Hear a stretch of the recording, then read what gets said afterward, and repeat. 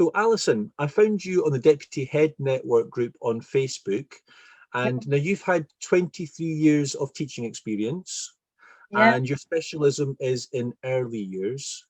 And that's right. And at the moment, you're the acting head teacher in a nursery school in a town near Birmingham. Is that all correct? Yes, it is, yes. I was the deputy head teacher there for the last 6 years, so I'm not new to the school, but certainly new to the role. Fantastic. Are you quite happy as acting head teacher? I mean, is this something that you can see yourself doing permanently? Definitely, just waiting for the job to be advertised. Right, so the questions that I'm going to ask you tonight, Alison, are questions that were sent to me by Facebook members of various early years groups. Do you actually know and understand the early years foundation stage? And in her opinion, she says a lot of head teachers have no idea. I would probably agree. If you're a primary school head teacher and having had lots of experience of supporting and working with head teachers in that situation, I would agree. For myself, my background is early years, so I've only ever worked in early years. Right.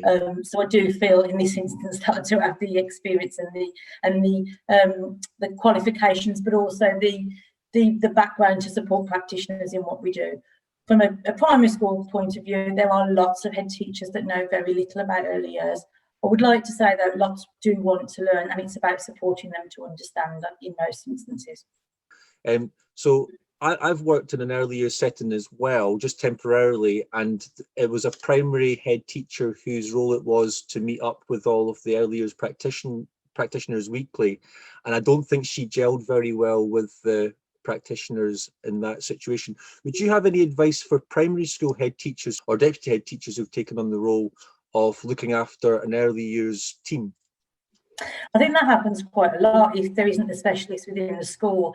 And I think in that instance, it's about getting to know what really goes on in early years, really understanding. It's actually spending lots of time down there, not just there monitoring, but actually hands-on, roll your sleeves up and get to know it. It's a very different job to even Key Stage 1, Key Stage 2.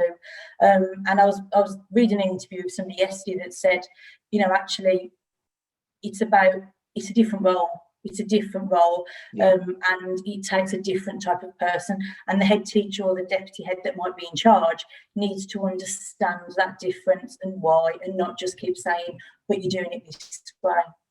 And I can appreciate, I suppose, if you're in that position in a primary school, how difficult it is, because you're juggling so many aspects of education. You're jumping from primary 7 to lower down in the school, and then suddenly you're asked to deal with the early years team. So perhaps maybe that's not the best role. Often that can mean often early years just gets left to it, especially if it isn't seen as important in the school. It can just be, or they can just get on with it. It doesn't matter. It's not proper school. And that's sad to hear that, really. Now, what parts of your job do you find most challenging? I would say it's the parents, working with parents. For me, it's because you have to make a strong, honest, respectful, which is mutual relationship with parents from day one. And actually, I think if you do that, if you take the time out to do that, it reaps its rewards later on, particularly with the sorts of families that I'm talking about that find, they might have been school refusers themselves. They may not have been through the education system in this country. It might be very different to what they've experienced. And often, straight away, barriers can come up. And that then obviously impacts on the children's learning.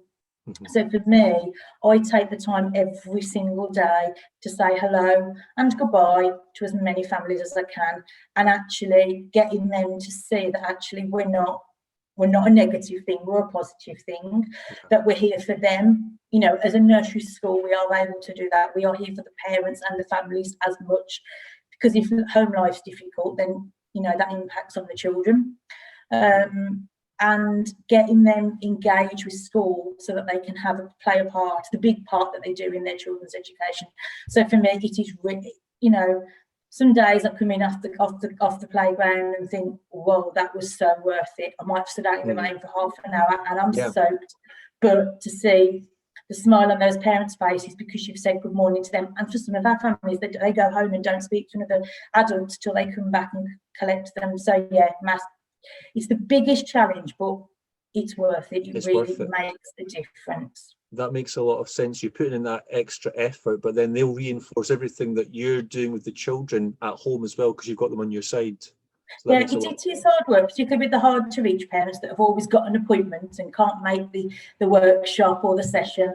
But actually, you just got to keep persevering. It does pay off. It really, really does. That sounds like good advice to me. Thank you, Alison. Now, our next question is, can you describe when you get most job satisfaction? Is it actually tied in with the challenging aspects of working with parents because you get them on your side and then things all gel together? Or is there anything else that you think is more satisfying in your work? I think it's both, isn't it? For me, I love my job. I wouldn't change it for the world. Like I say, I've worked in a school that's in special measures, and that was the hardest 2 years of my entire career, except for being a head teacher in COVID. I think it's on a par. But I feel so privileged that I am able to be part of what is for families, the biggest decision they will make, leaving their child at nursery. We take children from younger than 2, and some of those children have not been left with anybody else, and those parents are putting that trust into you. I see them on their children on their first day. I see the parents crying at the gate, and I'm able to be there to support that. But then 3 weeks later, when their child's going off happy, the parents happy, and just that small step. I'm privileged to see children learn to use the toilet, little steps like that, to get to the top of the climbing frame, to learn new songs, to make a friend, to put my coat on for the first time, and to say that I am part of that. And actually, the privilege to be that lucky, that is the satisfaction that I need. That is, that does it all for me. That it's not about teaching them their alphabet or their numbers or any of that. It's those things that you can see the difference in a child. And when they leave us, because they're only with us for a year because we've been in nursery school, the difference in the families and the children is brilliant. So I imagine you see a huge development in that short period of time, just with the little steps along the way. Yeah. And you mentioned how you put a lot of effort in when you're working with parents, but do you have the same sort of philosophy building up your team? How do you build your team? Interesting. I've been the new person in a strong team twice, leading a strong team. And when you come in as a new leader and they already feel they're a strong team, they don't need you.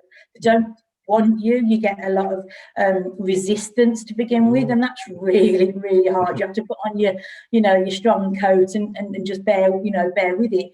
But I think you've got to prove. So it's not just what you say, it's what you do. And very much as a leader, I roll my sleeves up and I get stuck in.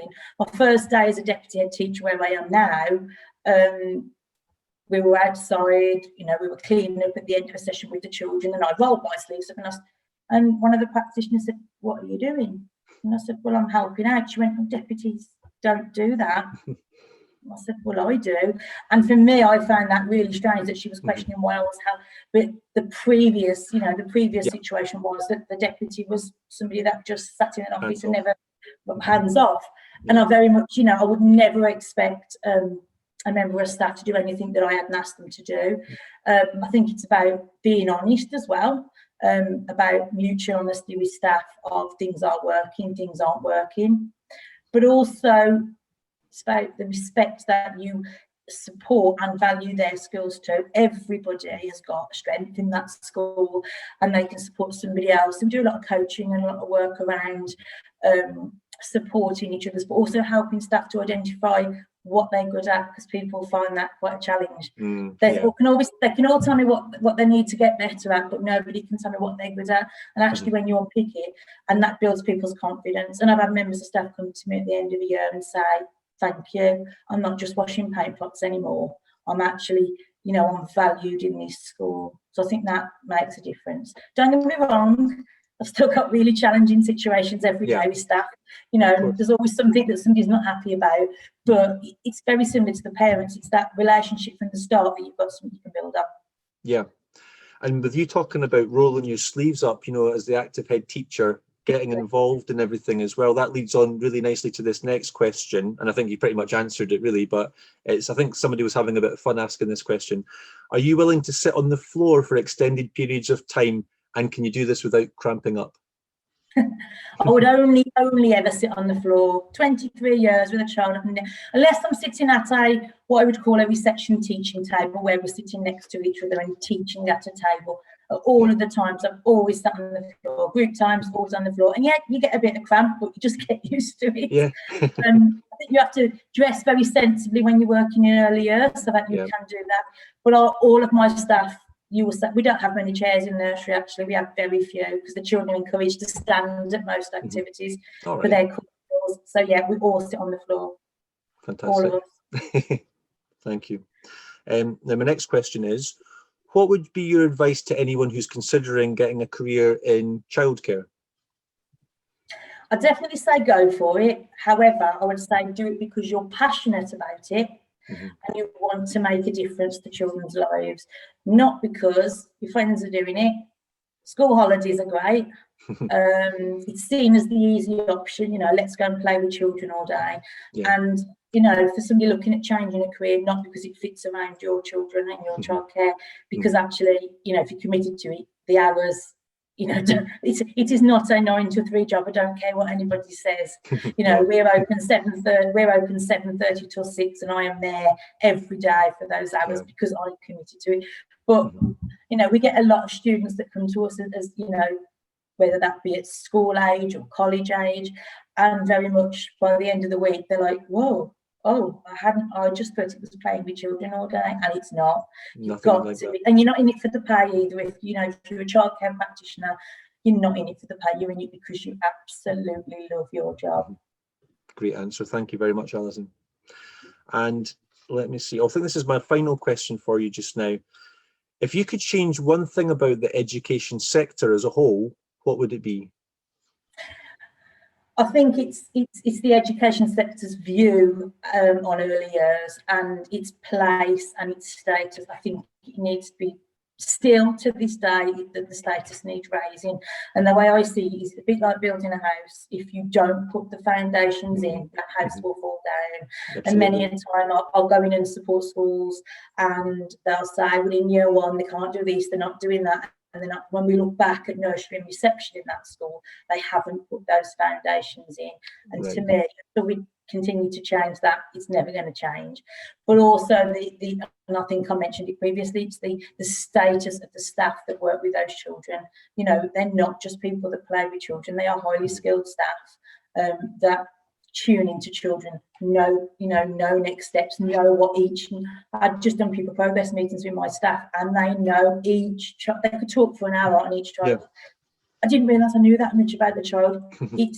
They do, because they genuinely, and actually we do people progress meetings, but the families always get talked about as well, because they know the families and the struggles and the challenges that families bring as well. So raising the status of early years and the value of nursery schools and and all those early years settings we've got out there.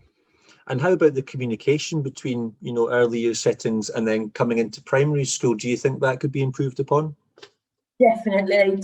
What happens a lot is that, particularly if children are moving from a day nursery, schools don't value that work that's gone in, and often don't see the importance of the transition, going to visit the setting, and often the assessment data that's passed upon may not be seen as, is it accurate, because we haven't done it as teachers, and just because there aren't teachers there. There's some really good quality early years settings out there, and that's a shame really when it's not valued.